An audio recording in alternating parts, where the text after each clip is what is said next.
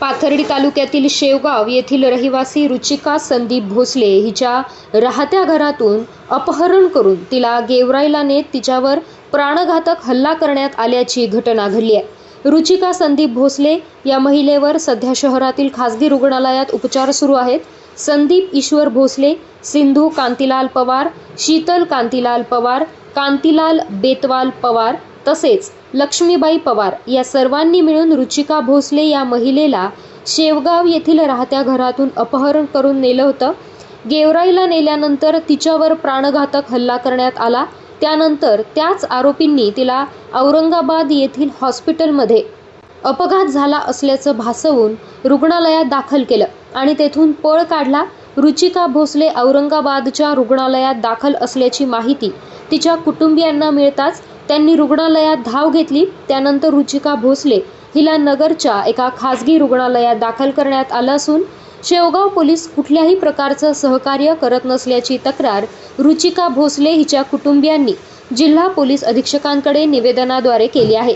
तरी जिल्हा पोलीस अधीक्षकांनी न्याय द्यावा अशी मागणी करत रुचिका भोसले हिच्या सोबत घडलेल्या प्रकारासंदर्भात कुटुंबियांनी अधिक माहिती दिली आहे। चव्हाण आमच्या बहिणीला घटना झाली।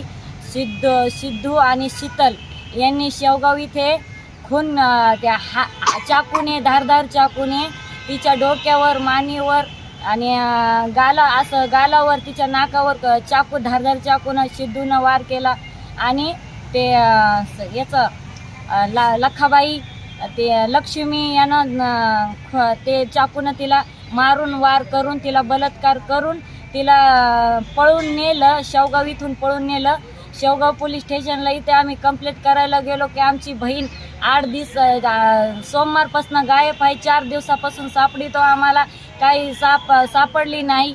तर रुचिका सुद्धीवर आल्यावर आम्हाला फोन लावून सांगितला की मी इथं औरंगाबादच्या हॉस्पिटलला ॲडमिट आहे, कोणाला कळलं का इथे मला घ्यायला या। मला धमकी देऊन सांगितलं की हाणमार केलेली सांगू नको, नाही तर तुला जीवच मारून टाकीन आणि तिला ॲक्सिडेंट झाला म्हणून असं सांग, तुला दवाखान्यात ॲडमिट केलं असं करतील, तुला ॲडमिट करतील।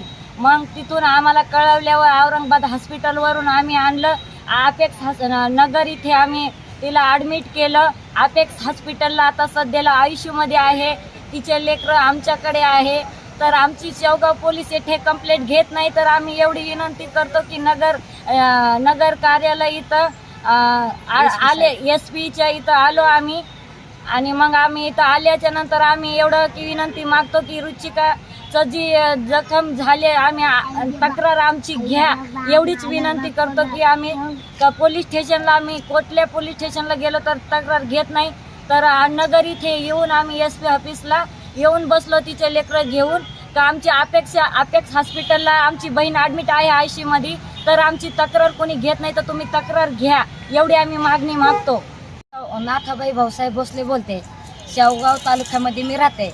तर तिथं सिद्धूनी येऊन शनी शीतलनी कर्मीलाल हे शीतलबाईनी पवार ह्यांनी येऊन रुचिका माझ्यापाशी येऊन राहिली होती 3 दिवस आधी। तर सर तिथं येऊन ह्यांनी पाळ ठेवून माझ्या बहिणीला हाणमार करून घेऊन गेवराईला गेले। गेवराईला गेल्याच्या नंतर सर तिला खूप चाकूने त्यांनी वार केल्याच्या नंतर मग मी इकडून फोन लावले सगळे माझ्या नातेवाईक माणसांना। फोन लावल्याच्या नंतर त्यांना फोन कळायला आहे। तर तिथून फोन कळाल्याच्या नंतर गेवराईमध्ये दवाखान्यामध्ये ॲडमिट केल्याच्या नंतर टाके ते घेतले। तर तिचं अंगावरचं रक्त कमी झाल्यास त्यांना कळवलं डॉक्टरने। तसेच औरंगाबाद इथं हॉस्पिटलमध्ये ॲडमिट केलं त्यांनी का की खोटं नाव सांगून कसं ॲक्सिडेंट झाला म्हणून सांगून असं ॲडमिट केलं का म्हणले तर तुला आम्ही ॲडमिट करणार नाही, असं जीवत मारून टाकणार, नाही तर असं सांग डॉक्टरला की ॲक्सिडेंट झाला म्हणून सांग तेव्हा तुला आम्ही ॲडमिट करू। तसंच मुलींनी सांगितलं, रुचिका संदीप भोसले यांनी सांगितलं। तसेच मग बेशुद्ध झाले।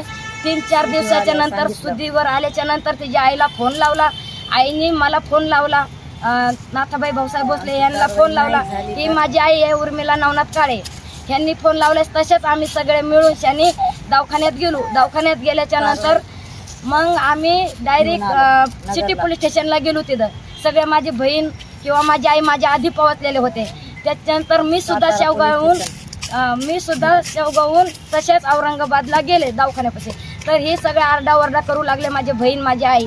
माझ्या बहिणीचं नाव आहे रंजना भांड्या चव्हाण. त्याच्यावर हत्यारे काढले दवाखान्यामध्ये सुद्धा चाकू काढल्याच्या नंतर आरडाओरडा करून त्याला आतमध्ये कोंडल्याच्या नंतर सगळे सिक्युरिटीवाले बोलवले.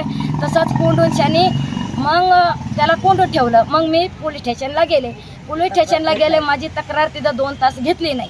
घेतल्याच्या नंतर नाही मग मला अर्ज तयार करून दिल्यावर मी त्याचे 2 पोलिस घेऊन 4-3 वाजता घेऊन मग तिथं दवाखान्यात गेल्याच्या नंतर आमचं पेशंट माझी आई मी 2 बहिणी आम्ही ते पेशंट घेऊन आम्ही अपेक्षा हॉस्पिटलला घेऊन नगरला आलो. आमची कंप्लेंट अशी घेतली पाहिजे, कुणीच पोलिसांनी घेतली नाही. आमची जित बहीण आहे तेपर्यंत आमच्या पेशंट कोण जबाब घेतले आलेच पाहिजे सर. कारण ही पोरं माझ्याकडे आहे, सगळे पोरं घाबरलेत. पोरांनी सुद्धा बघितलंय त्यांच्या आईला मारताना. हे लहान पोरं आहेत त्यांच्या संग सुद्धा बोलायला पाहिजे आणि माझी चौकशी घ्यायला पाहिजे त्याच्या समोर. आणि घाबरलेत लेकरं सुद्धा, आम्ही सुद्धा घाबरले सर. तुमची मागणी काय आहे? माझी मागणी अशीच आहे की तक्रार घ्यावा. बाकीचे आरोपी मला धमकी देऊ राहिले, मारहाण करायची धमकी देतात. अशी बाकीचे आरोपी सुद्धा धरून आणले गेले पाहिजे. माझी 10 बोटाची विनंती आहे की या साहेबाला मला भेटायला. मी आता DSP ऑफिसमध्ये आलेले आहे सर. पुढची भूमिका काय तुमची? माझी तक्रार घ्यायला पाहिजे, त्यांना आरोपीला धरून आणलं पाहिजे. नाही घेतले तर काय का? नाही घेतलं तर मी उपेशन घेऊन इथं बसणार आहे. इथं बी नाही झालं तर मी सर आईजी पाशी जाणार. एवढी माझी विनंती आहे की या लेकरांचं कुणीच नाही. सोबत हे झालं चंगलबोर